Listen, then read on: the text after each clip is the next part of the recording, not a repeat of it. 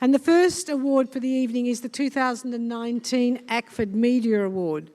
Through the award, the sector seeks to promote and recognise journalists delivering informed media items about international development and humanitarian issues. And as we know, it's easy for these to slip from the agenda.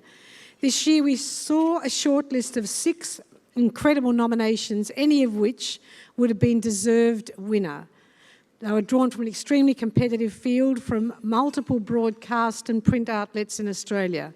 However, we have determined a winner, and it's my pleasure to announce the 2019 awardees of the ACFID Media Award are Matt Wade and Louise Kennerley for the articles "Right on Our Doorstep, Papua New Guinea's Health Crisis Hit Home" and "Don't Let Pacific Rivalry Change the Way We Help Our Neighbours," both published in November 2018 in the Sydney Morning Herald. The judges commended the way you were able to take a complex issue and make it relatable and easy to understand for the Australian public, weaving in the perspectives of primary stakeholders and giving their voice primacy through the piece. As the piece was titled, it brought the issue to the Australian doorstep with enormous sensitivity and insight. The article did not leave the reader with the impression that there was a silver bullet, nor does it leave them without hope. The opinion piece resonated with the judges because it moved away from the predominant media focus on the geopolitical rivalry in the Pacific, shining a light on the continuing poverty and deprivation Pacific peoples experience. It brought attention to issues which may be lost and forgotten at this current juncture of foreign affairs for Australia and the region. Please welcome Matt and Louise to the stage to accept their awards.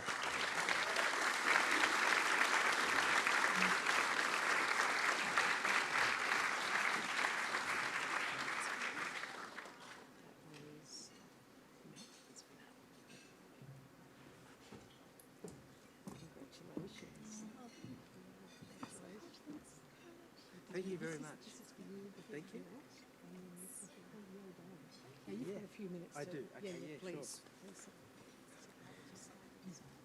Well, look, thanks very much for this award. I'd like to thank not only ACFID but the judges for their incredibly astute choice. I'd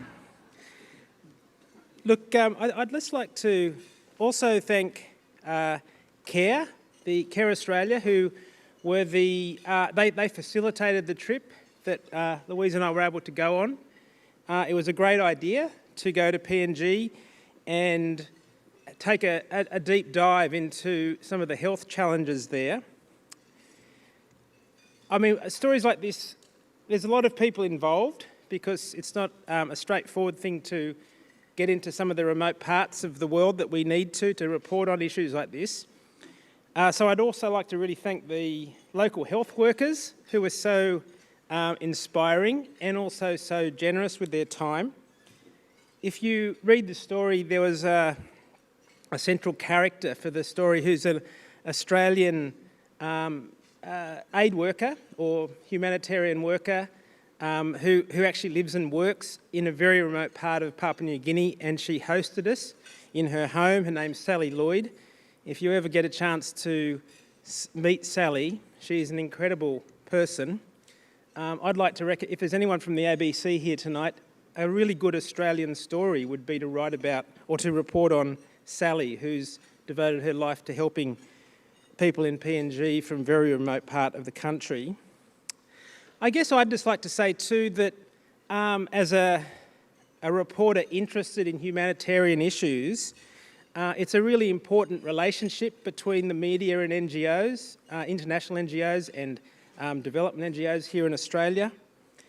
I've been on both sides of the fence, and I know it can be frustrating from your side or the NGO side, but I guess I'd emphasise that in my experience now, having worked for 20 years in the media, having worked for NGOs prior to that, there's actually very good will toward NGOs from within the media in general, in my opinion. I can't speak for everyone, but I think that's generally my impression. And I think it's important to recognise that, and it's a really good thing, and I'd like to encourage NGOs to engage with the media as much as possible. And I think it's really encouraging to me that the editors who I work for were happy to have Louise and I go and report on such a story. It got a great run, and I really want to thank you for the award. It's a really, really great honour to receive it. Yeah, thank you. Thank you to both Louise and Matt. I think that's a well-deserved recognition, and it's really important to keep these issues at the forefront of the imagination of the Australian people, particularly, I think, given some of the challenges of helping donors to understand what happens when they do make a contribution.